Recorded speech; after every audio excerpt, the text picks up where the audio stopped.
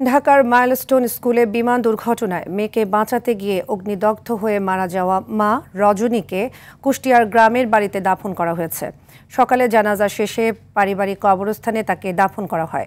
গেল রাতে হাসপাতালে চিকিৎসাধীন অবস্থায় মৃত্যু হয় তার। স্বামী জহিরুল ইসলামের ব্যবসায়িক সূত্রে ৩ সন্তান নিয়ে ঢাকায় বসবাস করতেন রজনী। জহিরুলের বাড়ি কুষ্টিয়ায়। এই ঘটনায় রজনীর পরিবার ও স্বজনদের মাঝে শোকের ছায়া বিরাজ করছে।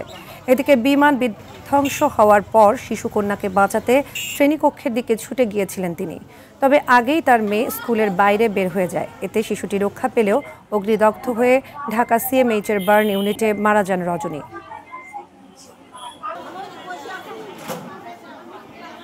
বিকট একটা শব্দ হয়, তারপর কালো ধোঁয়া আসা শুরু করে। 10-15 মিনিট পর আমাদের ওখানে একটা গ্রিল ছিল নিচতলা, ওটা ভেঙে আর্মি আঙ্কেলরা আমাদের সবাইকে বের করে। যারা বেঁচে আছে আল্লাহর কাছে বলে আল্লাহ তাদের জন্য সুস্থ মায়ের মুখে যেন ফিরাই দেয়, আল্লাহর কাছে এইটুকুই কামনা করি। এই বিষয়ে আরও জানাতে কুষ্টিয়া থেকে সরাসরি যোগ দিচ্ছেন সহকর্মী শেখ হাসান বেলাল। বেলাল, রজনীর মৃত্যু ও এলাকার শোকাবহ পরিবেশ সম্পর্কে আমাদের জানাবেন।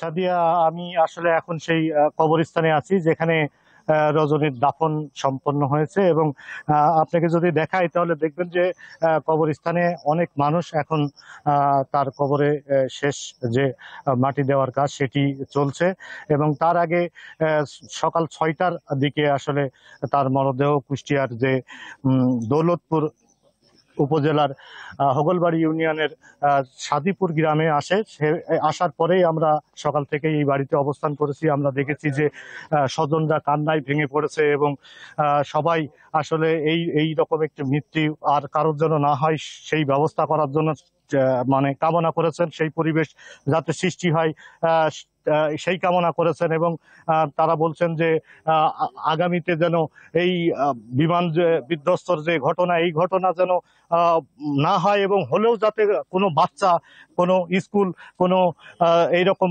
জনবহুল এলাকায় না হয় এমনটি দাবি তারা করছেন। রজনী আসলে ঘটনার দিন তার মেয়ে ঝুমঝুম ইসলাম ওই স্কুলের 5ম শ্রেণীতে পড়ে, তাকে আনতে স্কুলে গিয়েছিলেন এবং আপনি যেমনটি বলছিলেন যে ঝুমঝুম 5 মিনিট আগেই সেখান থেকে বেরিয়ে যায়। আপনাকে আরেক তথ্য দিয়ে রাখি, ঝুমঝুমের ভাই অর্থাৎ রজনীর ছেলে রোহান ইসলামও কিন্তু ওই স্কুলেই পড়েন এবং ঘটনার দিন গতকাল তিনি স্কুলে যাননি, যে কারণে তিনিও রক্ষা পেয়েছেন, ঝুমঝুমও রক্ষা পেয়েছে, কিন্তু মা আসলে ঘটনাস্থলেই মারা যায় এবং গভীর রাতেই তার মরদেহ কিন্তু স্বজনদের কাছে হস্তান্তর করা হয়।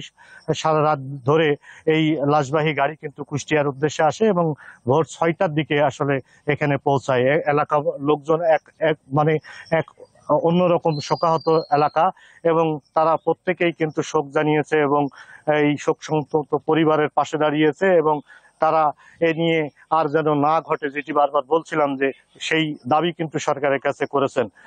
সাদিয়া, এই ছিল কুষ্টিয়া থেকে আমার কাছে সর্বশেষ খবর। ধন্যবাদ বেলাল।